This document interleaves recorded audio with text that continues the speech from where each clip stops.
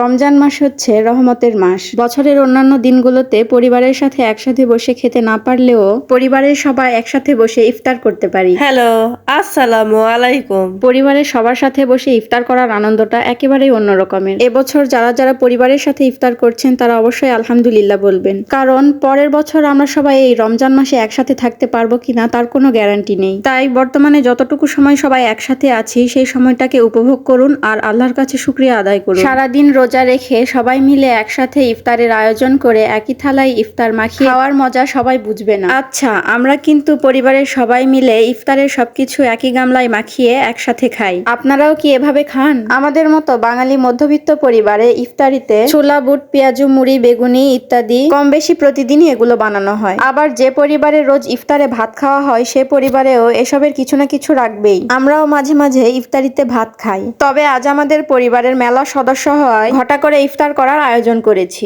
আমার আর আপুর মতো এই পৃথিবীতে যারা অকম্মার ঢেকি আছেন তাদের বিশেষ কাজ হলো ইফতারিতে শরবত বানানো, কারণ তাদের দ্বারা আর অন্য কোনো কাজের আশা করা যায় না। তারা এই শরবতটাই শুধু ঠিকঠাক মতো বানাতে পারে। আরে কোনো কাজ থাকে না, তাই আমরা রোজা থেকে ক্লান্ত হওয়ার ভং ধরি। তাই আমাদের অবস্থা দেখে আম্মু শুধু শরবত বানানোর কাজটাই দায়ী। কিন্তু যখন বাড়িতে মেহমান থাকে তখন শুধু শরবত বানানোর কাজই না, আম্মুকে অন্য কাজেরও সাহায্য করতে হয়। তাই আজও কিন্তু পেঁয়াজি, বেগুনি আর বুট আমি রান্না করেছিলাম। আর এটা বললে না যে পোলাওটা আমি রান্না করেছি। আর আপু কিন্তু প্লেটটা সুন্দর করে সাজিয়ে দিয়েছে আর আমি চাচি আম্মাকে দিয়ে এসেছি। আমরা ইফতারিতে সবাই সবার কাজে সাহায্য করেছি। আল্লাহ আমাদের সবার রোজা কবুল করুক। ইফতারের আগে প্রতিদিন ভাবি আজকে আমি সব খেয়ে ফেলবো, কিন্তু 2 গ্লাস শরবত খাওয়ার পর আমার হকললি দিয়ে তো আর কিছু নামে না।